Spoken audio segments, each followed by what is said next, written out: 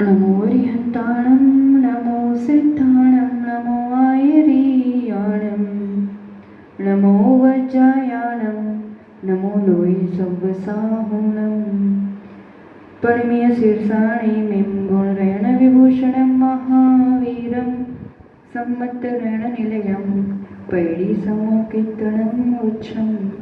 पंच परमेष्ठी भगवान की,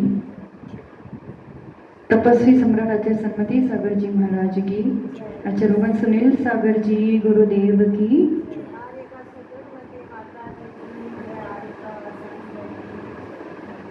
समाधि तंत्र ग्रंथ में बहुत सुंदर उदाहरण आता है। एक माँ के साथ अपना बेटा, उसका बेटा मेले में गया होता है और उस छोटे से बालक की उंगली उसकी माँ के हाथ से छूट जाती है, वो मेले में खो जाता है। अब उसको एक ही धुन लगी है कि उसको उसकी माँ के पास जाना है।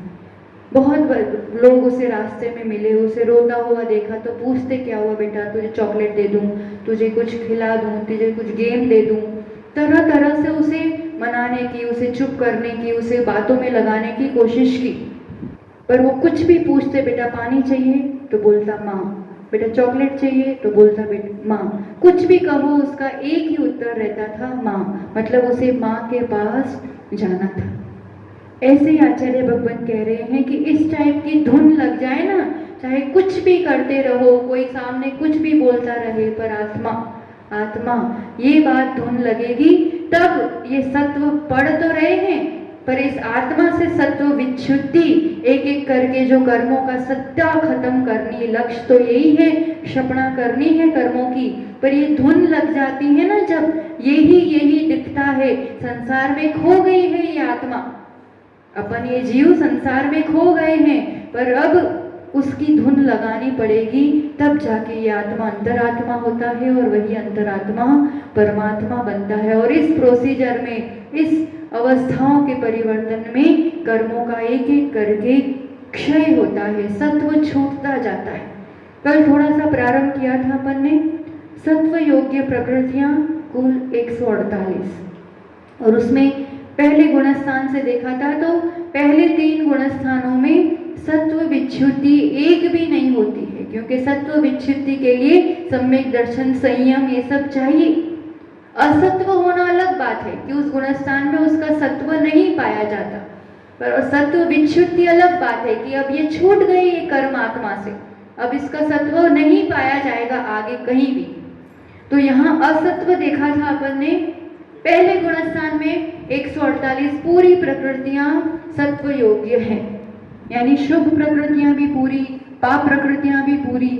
और उसके साथ एक आश्चर्य हो सकता है या जिज्ञासा हो सकती है कि तीर्थंकर प्रकृति कैसे हो सकती है, तो उसका समाधान भी किया था कि खाली एक ऑप्शन है, एक अपेक्षा है कि पहले नरक आयु का बंद करके बाद में सम्यक दर्शन के साथ तीर्थंकर प्रकृति का बंद प्रारंभ किया हो, तो मरण के समय थोड़ी देर के लिए ये मिथ्यात्व गुणस्थान होता है, मरण के पहले अंतर्मुख और जन्म के बाद के अंतर्मुख, तो उतनी देर के लिए वह जीव कहलाएगा मिथ्यात्व गुणस्थान में, और तीर्थंकर प्रकृति का सत्व भी रहेगा। तो उस अपेक्षा से एक पॉसिबिलिटी है, वो एक ऑप्शन है, उस वजह से कहा जाता है। बाकी तीर्थंकर प्रकृति का बंध प्रारंभ करने वाला प्रायः करके नीचे गिरता नहीं है, शायद तो नहीं छूटता है, शोभशम सम्यक दर्शन छूटता है, शायद का तो सवाल ही नहीं, मिथ्यात्व बचा ही नहीं है सत्ता में, तो कैसे उस गुणस्थान में जाएगा।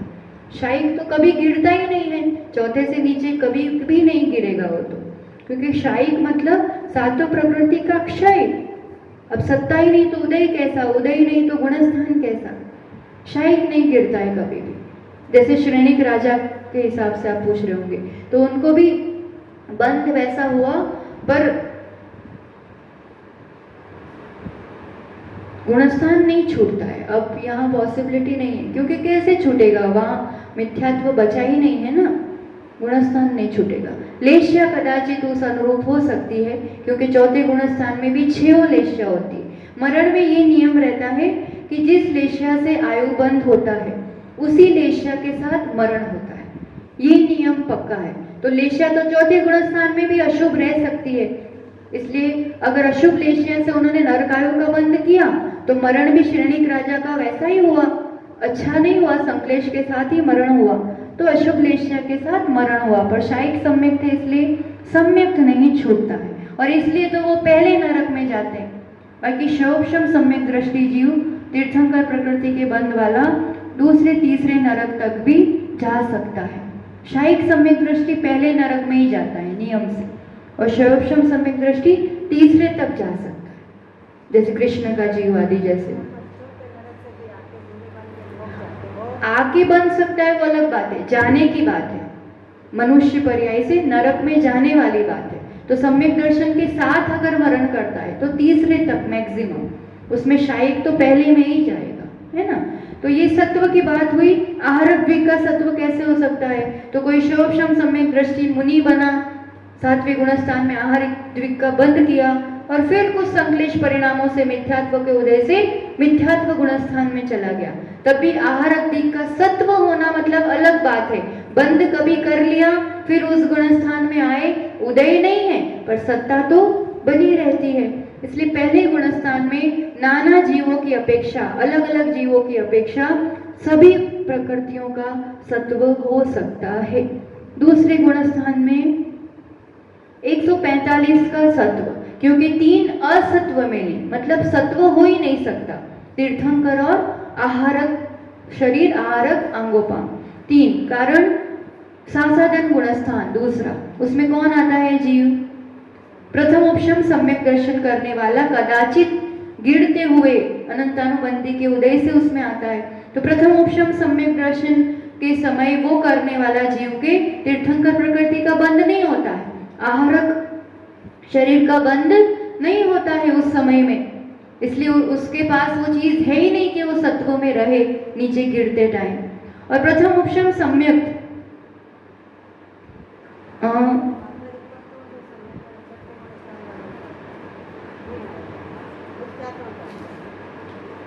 प्रथम उपशम सम्यक वाला छठे से नीचे गिरा है ऐसा, तो नीचे भी गिरा तो प्रथम उपशम का सब काल जो अंतर्मुठ है ना, उस काल में वो ये सब बंद नहीं कर सकता है, वो काल में उपशम अवस्था रहेगी बस।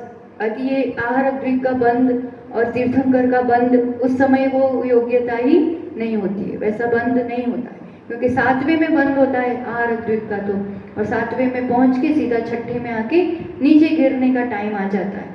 तो उसमें क्योंकि उतने टाइम वो परिणाम बनाए, कोई शंका करे और जाना का मन बनाए और बंद हो, और इतना टाइम ही नहीं है उधर, इसलिए उसमें नहीं होता है। और प्रथम उपशम सम्यक जब कभी होता है, कब होगा प्रथम उपशम सम्यक? जैसे पहली बार हुआ या जब भी होगा, सिर्फ मिथ्यात्व होगा ना सत्ता में, तभी प्रथम उपशम सम्यक होता है।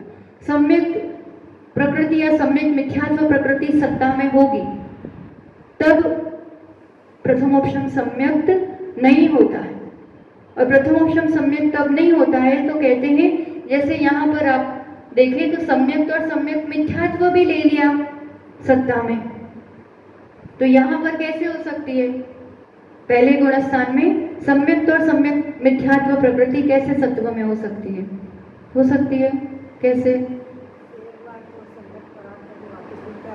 हाँ, प्रथमोपशम सम्यक किया, 3 टुकड़े हुए मिथ्यात्व के, उसके बाद गिर के नीचे मिथ्यात्व में आ गया, ऐसा। तो सिर्फ मिथ्यात्व होता है तब चढ़ना होता है प्रथमोपशम सम्यक के लिए। और फिर इसलिए यहाँ पर ये जो बहुत बड़ा विषय है वो थोड़ा सा इसमें आता है कर्म कांड में, कि कदाचित कोई जीव ऐसा है जिसने एक बार प्रथम उपशम सम्यक कर लिया, फिर सवपशम सम्यक दर्शन किया, फिर वो मुनिराज बने और आहारक द्विग का बंद कर दिया।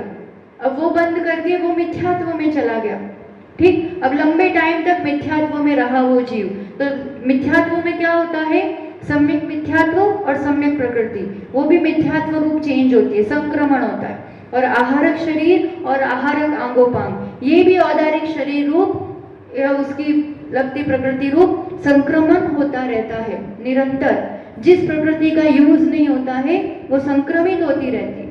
तो आहारक शरीर का संक्रमण पहले पूरा होता है, उसके बाद सम्यक और सम्यक मिथ्यात्व का संक्रमण पूरा होता है। जो टाइम पीरियड लगता है ना चेंज होने में पूरा, तो आहारक का पहले खत्म होता है और सम्यक्त का बाद में खत्म होता है। तो सम्यक्त का खत्म हो गया पूरी सत्ता, सिर्फ मिथ्यात्व बचा। इसलिए असंख्यात वर्ष बाद फिर से उस जीव ने प्रथमोपशम सम्यक्त किया। तो सम्यक्त और सम्यक्त मिथ्यात्व सत्ता में नहीं है, तो आहारक द्विक भी सत्ता में नहीं ही होगी। ये एक सिद्धांत काम करता है। इसलिए प्रथमोपशम सम्यक्त के टाइम तीर्थंकर और आहार द्विक प्रकृति सत्ता में नहीं होती है, और प्रथमोपशम से गिरते टाइम ही साधन बनता है। इसलिए इस गुणस्थान में ये तीन प्रकृति नहीं होती है। आगे तीसरे गुणस्थान में आहारक द्विक कदाचित हो सकता है, क्योंकि ऐसा कोई षोडशम सम्यक दृष्टि जीव के कदाचित सम्यक मिथ्यात्व के उदय आ गया, तो फिर आहारक द्विक हो सकता है, पर तीर्थंकर प्रकृति सत्व में सम्यक मिथ्यात्व वाले को नहीं होती है, क्योंकि गिरता नहीं है। हमने कहा ना, तीर्थंकर प्रकृति के बंद करने वाला जीव गिरता नहीं है कभी भी। इसलिए तो ये हो गए तीन गुणस्थान। अगर आगे का देखते हैं, सत्व विच्युति अब यहाँ से चौथे गुणस्थान से सम्यक दर्शन से प्रारंभ होगी, एक एक करके। टोटल 148 प्रकृतियों को खत्म करना है, क्षय करना है। तो कहाँ कितनी होती जाती है, ये क्षपणा का अपन यहाँ पर ज्ञान प्राप्त कर रहे हैं कि इस जीवात्मा से हमारे लिए भी ऐसे एक दिन सभी कर्मों का क्षय हो।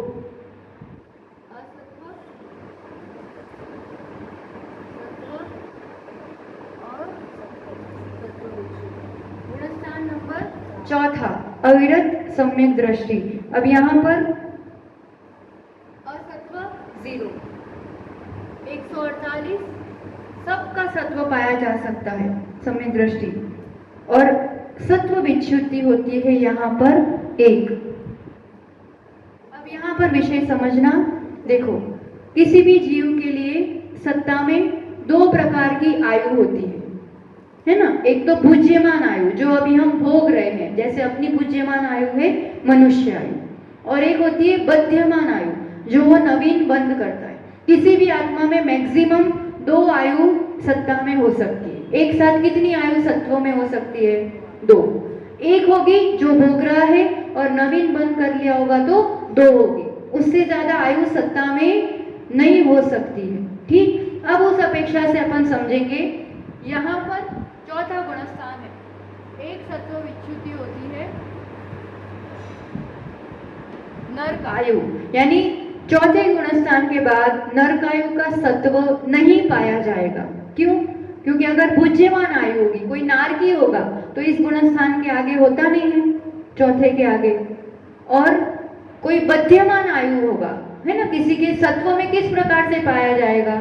सत्व की बात चल रही, या तो वो खुद नारकी है या किसी मनुष्य या तिर्यंश ने उसका बंद किया है, तो सत्व में होगी ये आयु। तो इसमें नरकायु का बंद करने वाला जीव अनुव्रत या महाव्रत धारण नहीं कर सकता है, उस इस गुणस्थान के आगे जा ही नहीं सकता है। ठीक, इसलिए इस गुणस्थान में नरकायु का सत्व विच्युति, मतलब चौथे गुणस्थान के आगे नरकायु की सत्ता हो, ऐसा कोई जीव नहीं हो सकता, क्योंकि नार की आगे जाएंगे नहीं, और जिसने नरक का बंद किया है वो अनुव्रत आदि धारण, संयम धारण नहीं कर सकते, है ना। अब पांचवें में जाएंगे, 147। अब यहाँ पर एक आ जाएगी ना असत्व, जो यहाँ पर थी वो 0 + 1 1, यहाँ 147। अब पांचवें गुणस्थान में असत्व या सत्व विच्युति होगी 1, तिर्यंश आयु। ये भी इसी अपेक्षा होगा, तिर्यंश इस गुणस्थान के आगे पाए नहीं जाते, बुझेमान जो भोग रहे हैं वो, और बंद करने वाले, किसी ने तिर्यंश आयु का बंद किया है तो वो महाव्रती हो नहीं सकता है। इसलिए इसके आगे यहाँ तिर्यंश आयु का सत्व, इस गुणस्थान के आगे कोई ऐसा जीव नहीं होगा जिसके तिर्यंश आयु का सत्व हो। ठीक, छठा गुणस्थान, छठा यानी मुनिराज अप्रमथ संयत जो होंगे वो। तो यहाँ पर अब ये 1 + 1 2 का सत्व और 146 का सत्व। अब 146 में यहाँ पर प्रमथ में एक भी विच्युति नहीं होगी, 0 सत्व विच्युति। ठीक,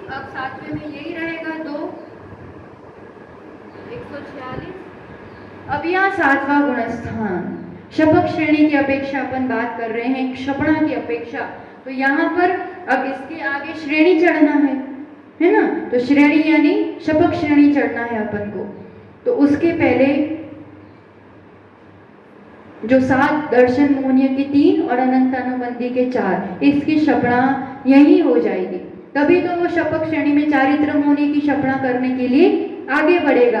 कोई भी शपक श्रेणी चढ़ने वाले की 7वें गुणस्थान के बाद अनंतानुबंधी 4 की विसंयोजना कर लेगा, मिथ्यात्व मिथ्यात्व और सम्यक की क्षपणा कर लेगा।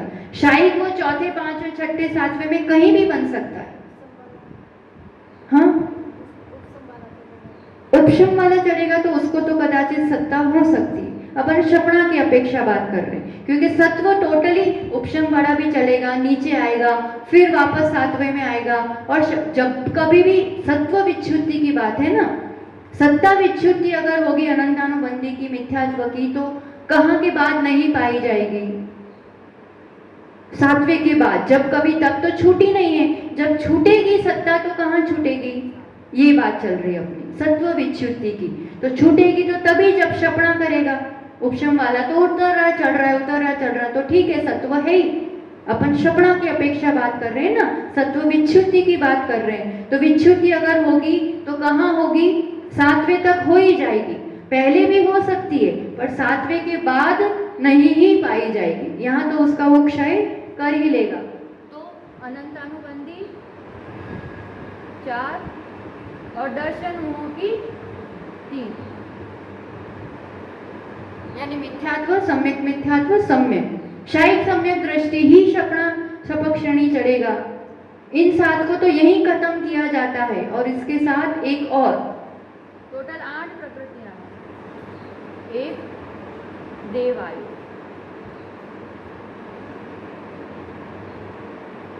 समझ आया ना विषय? 7 ये प्रकृति जाएगी, क्षायिक सम्यक दृष्टि ही शपक श्रेणी चढ़ेगा। 7 की सत्वा यहाँ खत्म। और दूसरा एक देवायु। देवायु की क्यों नहीं होगी सत्ता? क्योंकि शपक श्रेणी चढ़ने वालों की आयु बंद होगा, तो वो शपक श्रेणी चढ़ेगा ही नहीं। और मनुष्य आयु क्यों नहीं ली है?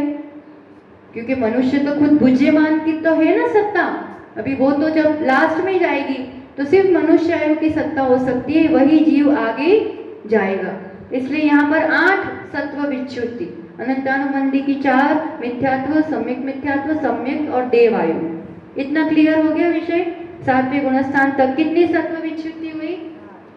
8 और 2 10, बस 8वें गुणस्थान तक 148 में से 10 प्रकृतियां जाती है। पूरी क्षपणा होती है सबसे ज्यादा 9वें में होती है।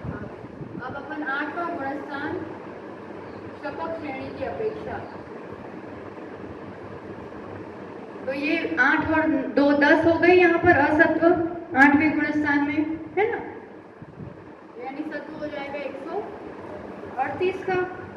अब सत्व विच्छुद्धि अपूर्व करण में कितनी होती है?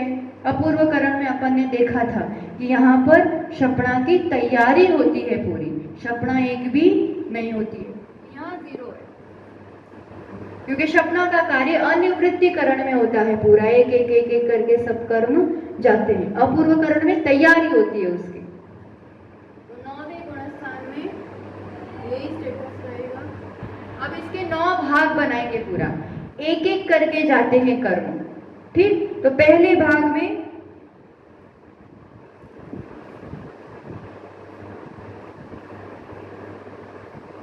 पहले भाग में 16 प्रकृतियां जाती है। 16 प्रकृतियां जाएंगी। कौन कौन सी? सभी जो एकदम निकृष्ट वाली है। नरक गति, नरक गत्यानुपूर्वी, तिर्यंच गति, तिर्यंच गत्यानुपूर्वी, फिर 2 इंद्रिय, 3 इंद्रिय, 4 इंद्रिय, 1 इंद्रिय, ये वाले। हाँ नहीं, ये बाद में जाएंगे। अब ये जो 13 प्रकृतियां हैं, नहीं टोटल, हाँ 13 प्रकृतियां नाम कर्म की जो हैं, और उद्योत, आताप, साधारण, सूक्ष्म, स्थावर और बड़ी 3 निद्रा, टोटल 16। 13 नाम कर्म की और 3 बड़ी निद्रा, ऐसी 16 प्रकृतियां पहले समय में, पहले भाग में 9वें गुणस्थान में एक साथ इतनी 16 की सत्व विच्युति यानी क्षपणा होती है, क्षय हो जाता है।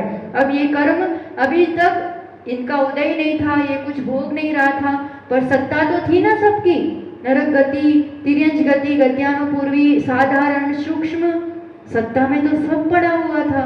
तो अब इसकी सत्ता खत्म, ये क्षय की है। 16 है, उसमें 3 बड़ी निद्रा और ये 13 नाम कर्म। नाम कर्मी तिर्यंच गति, तिर्यंच गत्यानुपूर्वी, नरक गति, नरक गत्यानुपूर्वी, ऐसे 4, फिर 1 इंद्रिय, 2 इंद्रिय, 3 इंद्रिय, 4 इंद्रिय, 4 और 4 8, फिर आतप, उद्योत, साधारण, सूक्ष्म, स्थावर, ऐसे 5। तो ये पूरी 13 प्रकृतियां हो जाती हैं। तो ये 16 और यहाँ पर अब समझ में आ रहा होगा बड़ी निद्राओं का बंद कहाँ तक हो रहा था, दूसरे गुणस्थान तक, सिर्फ उदय कहाँ तक था, छठे तक, और सत्व विच्युति कहाँ हो रही है, 9वें में। प्रकृतियां वही है पर उसका पूरा इस रूप से हिसाब चलता है। अब ये इतनी सत्ता से गई, अब दूसरे भाग में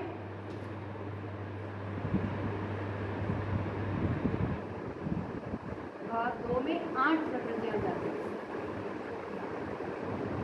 8 प्रकृतियों में अप्रत्याख्यानावरण 4 और प्रत्याख्यानावरण 4, ये यहाँ जाएंगी। अभी तक तो शौक्षम अवस्था में उसका अनुदय किया था, अनंतानुबंधी का क्षय करके ऊपर चढ़ा है। अब ये 8 अप्रत्याख्यान 4, प्रत्याख्यान 4, ये यहाँ जाएंगे। फिर तीसरे भाग में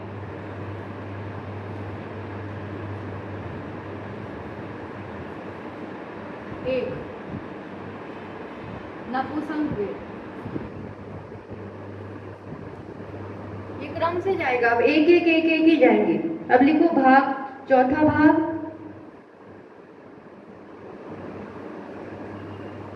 चौथा, पांचवा,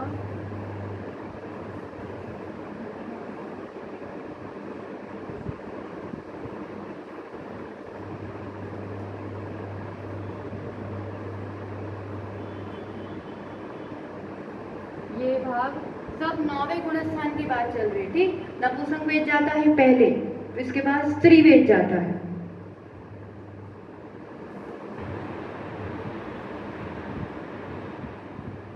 क्योंकि 9वें गुणस्थान की अपन ने देखा था, उसमें उसकी उदय विच्युति होती है ना। इसके बाद वेद का उदय भी नहीं होता है और सत्ता भी नहीं होती है। आप कहोगे वो तो मनुष्य है, पुरुष है ना, जो मुनिराज हैं, जो श्रेणी चढ़ रहे हैं, वो तो पुरुष है द्रव्यलिंगी, मतलब, पर वेद की अब जरूरत नहीं है। 9वें गुणस्थान के बाद वेद का उदय नहीं होता है और सत्व भी नहीं होता है। स्त्री वेद के बाद 5वें भाग में हास्य आदि, यहाँ पर ये 6 हास्य, रति, अरति, हाँ भाई जो एक साथ 6 हो जाएंगे। फिर पुरुष वेद यहाँ खत्म 9वें गुणस्थान में, माया तक का सिर्फ लोभ रहता है जो 10वें गुणस्थान में आगे अब जाएगा। 9वें गुणस्थान में फिर से बता रहे हैं 16 प्रकृतियां पहली जाती है, जिसमें बड़ी निद्रा और नामकरण की सबसे निकृष्ट प्रकृतियां जो हैं वो। फिर तो सब मोहनिया की जाती है, अप्रत्याख्यान, प्रत्याख्यान, नपुंसक वेद, स्त्री वेद, हास्य आदि, पुरुष वेद, संज्वलन, क्रोध, मान, माया, मोहनिया खत्म। अब मोहनिया में कितना बचा, पहले 7 खत्म की 7वें गुणस्थान में, फिर यहाँ बाकी की खत्म की, सब 9वें गुणस्थान में जाती है, बाकी की सब, सिर्फ एक बचा संज्वलन, लोभ की सत्ता, 10वां गुणस्थान। अब यहाँ पर ये सब ऐड करेंगे ना बहुत सारे, तो असत्व हो जाएगा 46 का 10 और ये 36 प्रकृतियां हैं पूरी। 9वें गुणस्थान की टोटल प्रकृतियां कितनी हुई, 36। तो 10 और 36, यहाँ 46, यहाँ हो जाएगा 103, हाँ 102। 10वें गुणस्थान में कितनी प्रकृति जाती है, सिर्फ एक।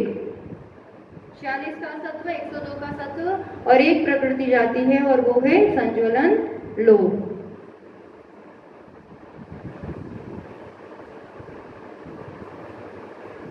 मोहनिया खत्म, सत्ता, अब वो वीतरागी छद्मस्त हो गया ये जीव, ठीक। और अब यहाँ से कहाँ जाएगा, सीधा 12वें में, 11वें की बात नहीं आएगी यहाँ पर। और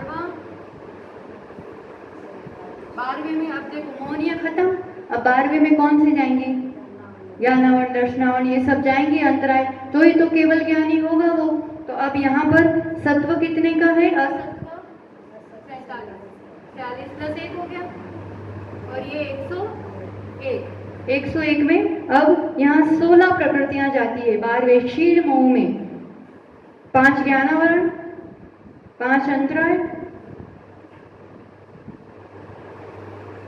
बंध विच्छुद्धि भी यहाँ पर थी ना इतनी, नहीं उदय विच्छुद्धि, जो उदय विच्छुद्धि थी वही यहाँ सब एक साथ जाता है, उदय भी खत्म और सत्व भी खत्म। और 5 5 प्लस 5 प्लस 6, ये ज्ञानावरण की, ये दर्शना नहीं अंतराय, और ये दर्शनावरण की 4 और 2 निद्रा और प्रचला। टोटल खत्म करना है ना 4 घातिया कर्म यहाँ पर। मोहनिया गया 10वें तक और 12वें में बाकी के 3 कर्म अब जाएंगे। इसलिए 47 और 16 ऐड करेंगे तो कितनी हो जाएंगी? 63। अपन कहते हैं ना चौकर्म की 63 प्रकृति नाश। तो ये जो 18 दोष को जीतने वाले अरिहंत परमेष्ठी, सहयोग केवली, 13 गुण स्थान वाले, अब समझ में आया कैसे 63 प्रकृति अपन पूजन में बोलते हैं, पर अब ये प्रूव हो रहा है, अपन प्रमाण कर रहे सिद्धांत से, कब कहाँ कौन सी गई। और इस रूप से ये 16 और 47 63 प्रकृतियों का असत्व जीत लिया, खत्म कर ली उसकी सत्ता, क्षय कर लिया। निद्रा प्रचला और 4 चक्षु दर्शनावरण आदि, 6 हुई ना दर्शनावरण की। दर्शनावरण की 4 तो है, चक्षु अवधि केवल और निद्रा और प्रचला, इसलिए 6 लिए। 3 बड़ी निद्रा तो पहले कर ली अभी अपन ने 9वें गुणस्थान। तो ये समझ में आया 63 कर्म कैसे जा रहे हैं। उसमें इसमें देखेंगे ना तो 47 कर्म तो घातिया के हो गए, घातिया के 47 और बाकी के कौन से जा रहे हैं? नाम कर्म की 13। हाँ 13 नाम कर्म की है, जो अभी 9वें गुणस्थान में स्टार्टिंग में गिनी ना, 1 इंद्रिय 2 इंद्रिय आदि, सूक्ष्म स्थावर, तिर्यंज गति, नरक गति, वो सब 13 और 3 ऐसे 63 का सत्व खत्म हो जाता है, यहाँ पर क्षपणा हो जाती है। 85 की सत्व है ये सहयोग केवली अरिहंत भगवान, और यहाँ पर कितनी की सत्व विच्छुद्धि होती है? तो 0। अब यहाँ कोई सत्व विच्छुद्धि नहीं, अब जो जाएंगी 85 पूरी की पूरी 14वें गुणस्थान में जाएंगी। 14वें गुणस्थान में 2 भाग में जाती है, एक द्विचरम समय में 72 प्रकृतियां और लास्ट वाले समय में 13 प्रकृतियां, ऐसे 85 जाती है। 14वां गुणस्थान समय तो कितना है? जो 5 लघु अक्षर है ना अपन बोले उतने समय में, और जितना बचा है सब एक साथ खत्म हो जाता है। तो अब यहाँ पर ये तो 63, ये 85 थी, और 2 भाग में होता है, एक द्विचरम समय में 72 जाती है। कौन कौन सी 72 जाएंगी? अब बचा क्या? आयु कर्म अभी नहीं जाएगा, आयु तो लास्ट भाग में जाएगा। आयु नाम कर्म, अब जो है नाम कर्म की सभी खत्म होनी है। 5 शरीर, 5 बंधन, 5 संगात, 6 सहनन, 3 आंगोपाम, 6 संस्थान, 5 वर्ण, 2 गंध, 5 रस, 8 स्पर्श, स्थिर अस्थिर, शुभ अशुभ, सुस्वर दुस्वर, देवगति देवगत्यानुपूर्वी, प्रशस्त अप्रशस्त व्यायगति, दुर्भग निर्माण, अयश कीर्ति, अनादि, प्रत्येक, अपर्याप्त, अगुप लघु, उपकार, परघात, उच्छ्वास, और साता और असाता में से एक, और नीच गोत्र। इतनी 72 प्रकृतियां एक साथ। फिर से बोल दे रहे एक बार, 85 जो बची है ना उसमें से 72, और लास्ट समय में 13। ये 13 इजी है, वो बता दे रहे हैं। एक तो साता असाता जो भी एक बची होगी, पहले में एक जाती है, दूसरे में तो साता लिख लो, साता। फिर मनुष्य गति, मनुष्य गत्यानुपूर्वी, पंचेंद्रिय, सुभग, त्रस, बादर, पर्याप्त, आदि, यश कीर्ति, तीर्थंकर, ये सब हो गई नाम कर्म की। फिर मनुष्य आयु और उच्च गोत्र, 13 प्रकृतियां हो गई। इसके अलावा जो 72 बची वो सभी पहले समय में। नहीं ध्यान आया? फिर से बोल दें। सातावेदनीय, फिर मनुष्य गति, मनुष्य गत्यानुपूर्वी, पंचेंद्रिय, त्रस, बादर, पर्याप्त, यश, सुबह आदि, तीर्थंकर, उच्च गोत्र और मनुष्य आयु। 13 प्रकृति। इस रूप से पूर्ण कर्मों का क्षय कर, सत्वा फिनिश कर, वो जीव ऊर्ध्वगमन करते हुए सिद्धालय में जाके अनंत सुख का रसपान करता है। तो ऐसे ये बंद उदय सत्व को अपने गुण स्थानों में समझा के कहाँ तक किस कर्म का बंद होता है, कहाँ तक उदय, मतलब ये बहुत लंबा चौड़ा विषय है। इसको जितना विस्तार करते जाओ, जितना एक एक मार्गणाओं में घटाते हैं कि किस मार्गणा में, किस गति में, किस इंद्रिय में कहाँ तक क्या होता है, फिर किसका उदय पहले, किसका बंद पहले, किसका साथ साथ, ऐसा ये तो बहुत विस्तार किया है। ये चीज ही ऐसी है, घंटों लेके बैठे रहो तो भी 1000 से भी ज्यादा गाथाएं हैं कर्मकांड में, पूरे भंग किए हैं। फिर इसी पे पूरा लंबा चौड़ा विषय है। तो ये तो एक सहज एक ज्ञान रहे कि किस गुणस्थानों की बात की है ना अपन ने, कर्म विज्ञान और गुणस्थान, इस विषय को थोड़ा सा पुरुषार्थ किया आचार्य भगवान के आशीर्वाद से, जो आपके लिए थोड़ा सा परोसा कि एक विषय ध्यान में आए कि कैसे कर्मों का और गुणस्थानों की व्यवस्था चलती है। तो इस रूप यहाँ पर इस तरह से ये विषय इतना, यहाँ पर विषय तो कभी आगम तो अगम अपार है और खत्म नहीं होता है, पर फिर भी अपनी तरह से एक विषय हमने करने का प्रयास किया। और अब ये वाली किताब, इसमें आप सबने पुरुषार्थ किया था और इसमें ये मोह से मोक्ष की और गुणस्थान वाला जो पेपर था उसमें आप लोगों को थोड़ा सा ज़्यादा दिक्कत आई थी। तो वो एक बार एक रिवीजन भी हो जाएगा इस टॉपिक का पूरा, और वो बता दे रहे हैं किस रूप से था। उसमें हमारा लक्ष्य था 14 गुणस्थान की सीढ़ी दी हुई है और उसमें जो क्वेश्चन पूछे हैं तो वो बात नहीं समझ पाएंगे। वो क्वेश्चन जिस गुणस्थान से संबंधित है उस गुणस्थान में उसका आंसर लिखना है। पहले गुणस्थान से संबंधित क्वेश्चन का आंसर वहाँ, दूसरे का वहाँ, तो वो अपन करते हैं। ये ट्रेन और ऐसे स्टेशन और बना के पूरा ऐसा बना सकते हैं। ऐसे हैं एक श्राविका जिनने ये विषय जब हमने पढ़ा था पहले, तो पूरा ऐसा एक बनाया है, ऐसी ट्रेन और फिर ऐसे स्टेशन करते करते कहाँ कितनी विच्युति हो रही है, कौन सी हो रही है। तो देखने में, पढ़ने में अगर उस रूप से कहीं बनाते हैं ना तो सामने वाले को भी और अपना उपयोग लगता है। तो ऐसे भी अच्छे से अपन पूरी ट्रेन और स्टेशन और सब बना सकते हैं। बंद उदय सत्व, कभी अवसर मिला तो आगे भी इन विषयों को अपन अच्छे से और समझेंगे। आज इसका समापन करते हुए इस पेपर को हम ले रहे हैं। उसमें आंसर शीट में 14 तक ऐसे सीढ़ियाँ दी हैं जाएंगी ऊपर तक। तो ये 14 सीढ़ी बताइए। ऊपर सिद्धालय बताए हैं, पहले गुणस्थान में 4 गति बताई है, क्योंकि चारों गति के जीव यहाँ पर होते हैं। वो पेपर अगर आपके पास बुक हो तो देख लेना उसको। और उसमें 2 तरह से क्वेश्चन है, उसमें गुणस्थान संबंधी भी है और भाव, पंच भाव संबंधी भी है गुणस्थान में। तो एक अपन ने वो 4 पूरा बार ग्राफ बनाया था कि किन गुणस्थान में कौन से मोहनीय कर्म कहाँ तक, जैसे मिथ्यात्व पहले तक, अनंतानुबंधी दूसरे तक, वो बार ग्राफ इसमें दोनों दिए हैं। एक तो कर्म संबंधी और भाव संबंधी, कौन सा भाव कहाँ तक। इससे ये पूरा पेपर भरना था। हम क्वेश्चन पढ़ रहे हैं, आप उसका जवाब देना कि कहाँ आंसर आएगा और क्या आएगा, ठीक है।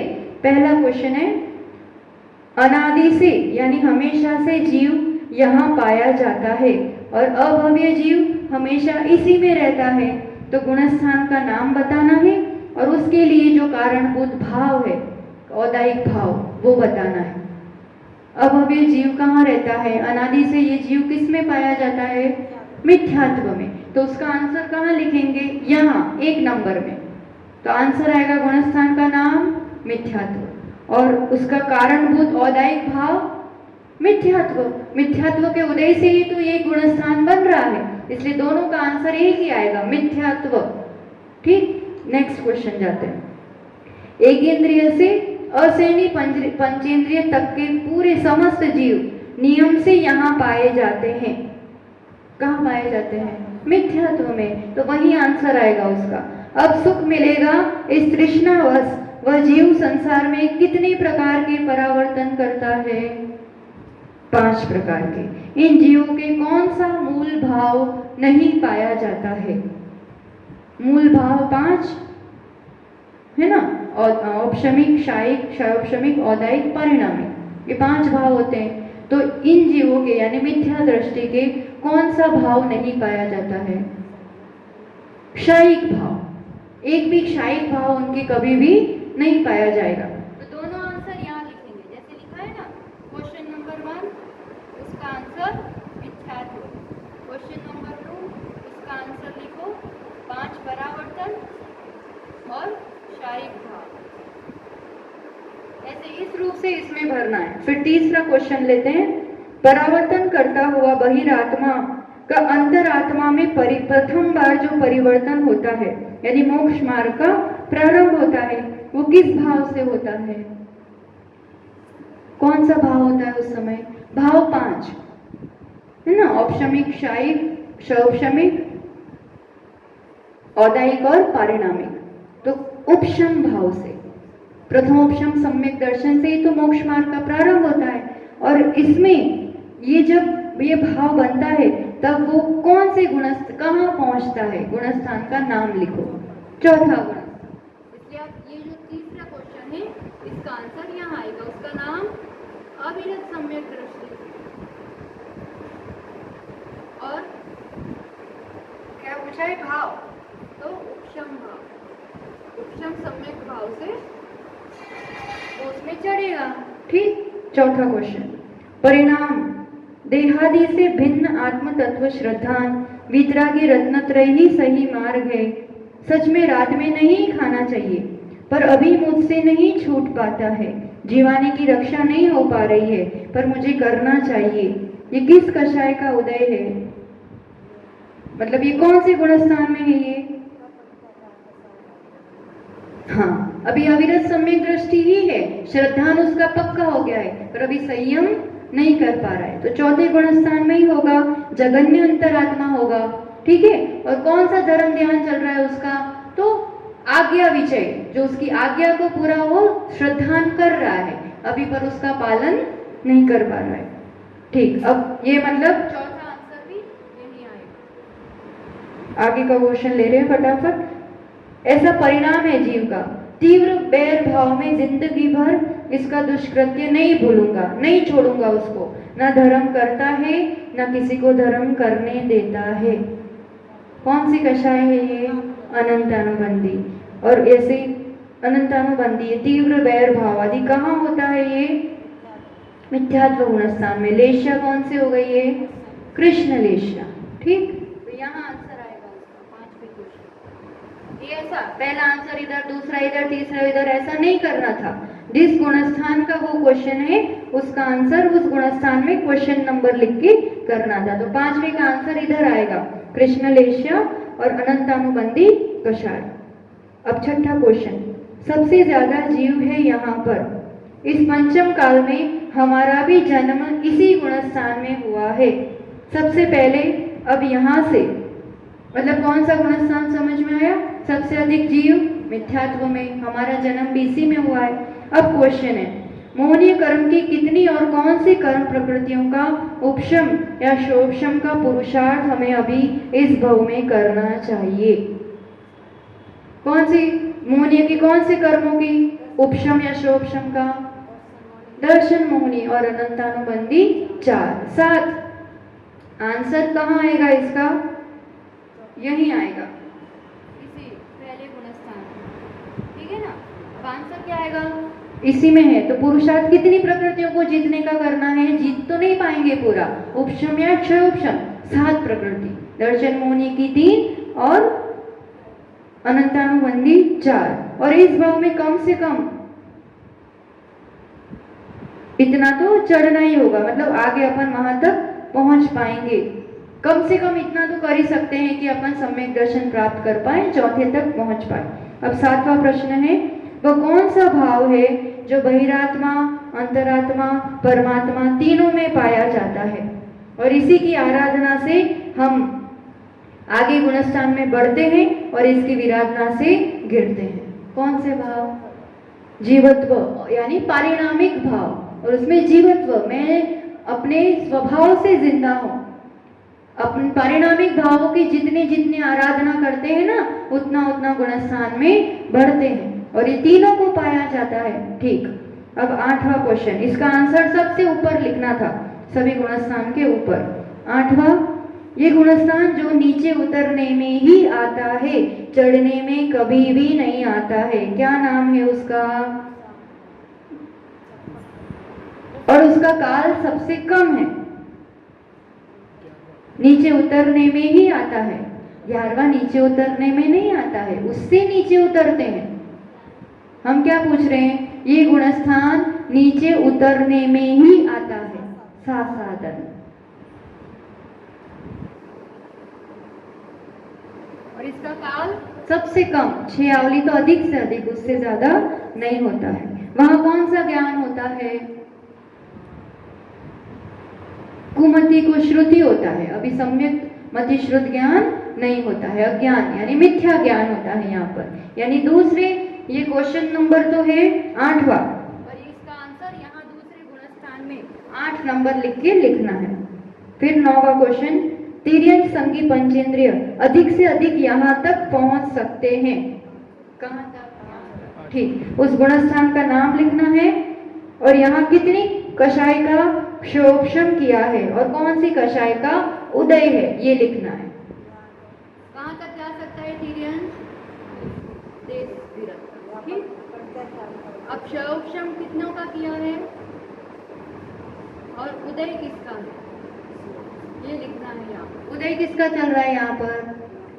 प्रत्याख्यानावरण। और क्षोभशम 4 अनंतानुबंधी और अप्रत्याख्यानावरण, 8 मोहनीय कषाय, चारित्र मोहनीय का क्षोभशम, और उदय प्रत्याख्यानावरण की देशघाती प्रकृतियों का, और संज्वलन और 9 कषाय, इन सबका उदय होगा, और बाकी की 8 को उपशमन किया है, दबाया है।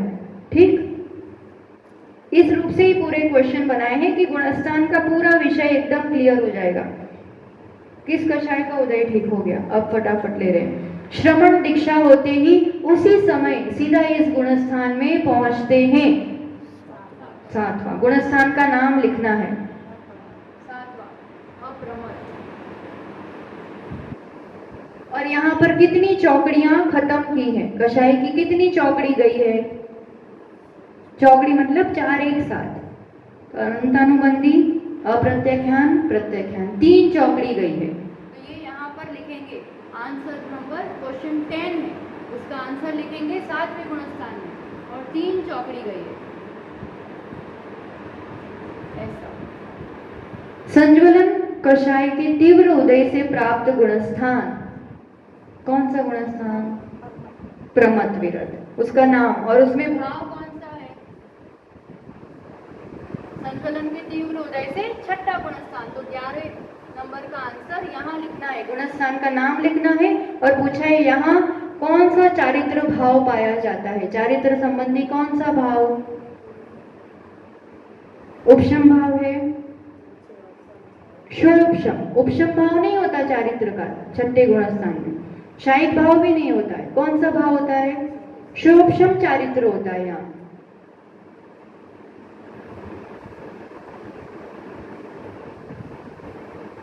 ठीक, अब नैष्ठिक उत्कृष्ट श्रावक को उनके गुणस्थान में कौन सा क्षोभशम भाव होता है? नैष्ठिक उत्कृष्ट श्रावक यानी शुल्लक शुल्लिका आदि है ना, या समाधि करने वाले, तो उनके गुणस्थान में, उनका गुणस्थान कौन सा? 5वां। तो उनको कौन सा क्षोभशम भाव होता है?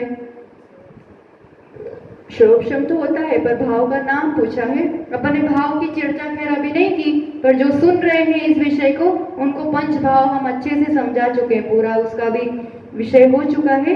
तो संयमा संयम क्षोभशम भाव होता है ना, जो देश विरत 5वें गुणस्थान में संयमा संयम क्षोभशम भाव होता है।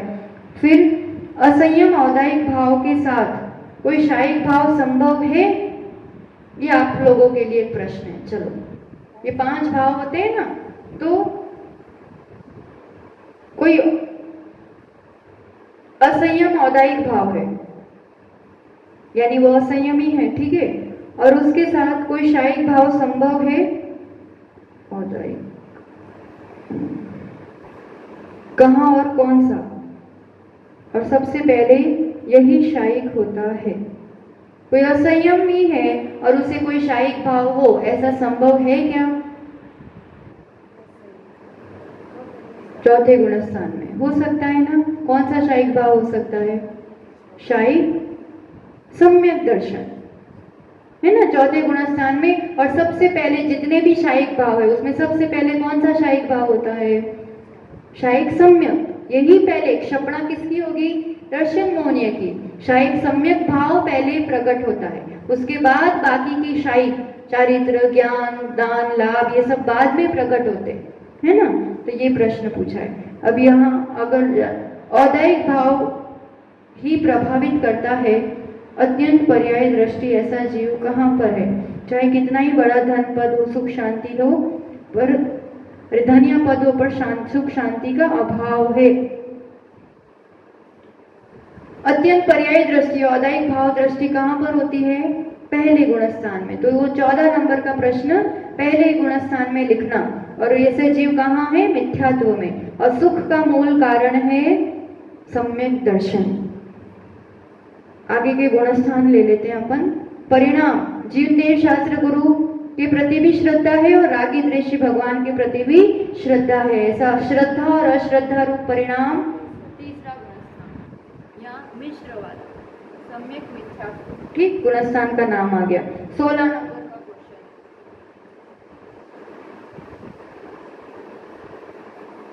17, श्रेणी चढ़ना यहीं से प्रारंभ होता है।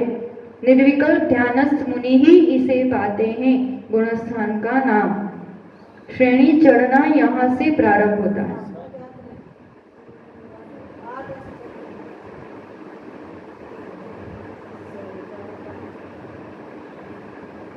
सातवां तो हो गया ना, इसलिए 8वां गुणस्थान। श्रेणी तो यहीं से प्रारंभ होगी ना, 8वें से। अब वो तो 70वां यहाँ से प्रारंभ होता है। और ठीक, श्रेणी का स्थान जहां से नियम से नीचे उतरना पड़ता है। 11वां गुणस्थान, उपशांत मोह। श्रेणी का वह स्थान जहां एक समय वाले जीवों में परिणाम का भेद नहीं पाया जाता है। अनिवृत्तिकरण, सीधा 9वें गुणस्थान में लिख लेना। और लेश्या का नाम पूछा है तो लेश्या शुक्ल लेश्या होगी। श्रेणी का स्थान जहां मोक्ष का पूर्ण अंत हो जाता है, मोह का, सॉरी 20वां क्वेश्चन है। श्रेणी का वह स्थान जहां मोह का पूरा अंत हो जाता है। 10वां सूक्ष्म सांप्राय, यहाँ पूरा अंत होता है। तो 10वें गुणस्थान के नाम के आगे 20वां आंसर करके नाम लिखना, सूक्ष्म सांप्राय। अंत में कौन सी कषाय जाती है? संज्वलन, लोभ। 4 बाध्य कर्म नाश करने पर ये गुणस्थान मिलता है। हाँ, सहयोग केवली। ठीक, लास्ट 13वां वाला। मोक्ष के बाद सीधा एक सीढ़ी लांघकर यहाँ ऐसे पहुंचते हैं कि फिर कभी उतरते ही नहीं है। 12वें में क्षीण मोह वाला गुणस्थान का नाम लिखना है।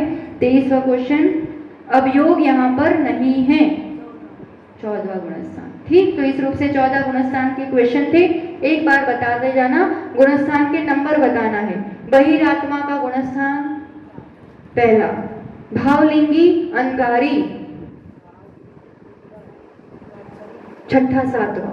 ठीक, आरिका माताजी 5वां। पाक्षिक श्रावक चौथा, पक्ष रख रहा है अभी वो पालन नहीं करता। व्रति साधक श्रावक 5वां। जहां देवायु का ही बंद होता है, जहां देवायु का ही बंद होगा 5वां, 6ठा, 7वां, वहां तक। जहां मरण या जन्म नहीं होता है 3रा। सिद्ध परमेष्टि का गुणस्थान, गुणस्थान अतीत, है ना।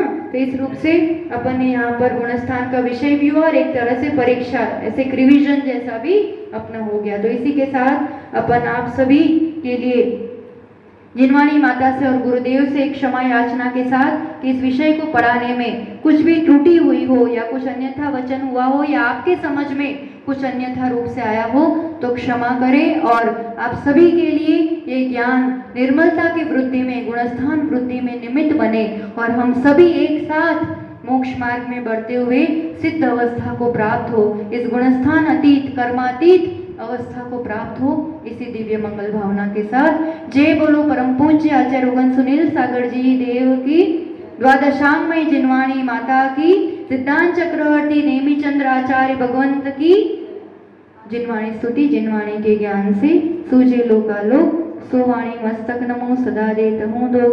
हे जिनवाणी भारती तो हे जपो दिन रैन, जो तेरा शरण गए सो पावे सुख चैन। 9 बार नमोकार।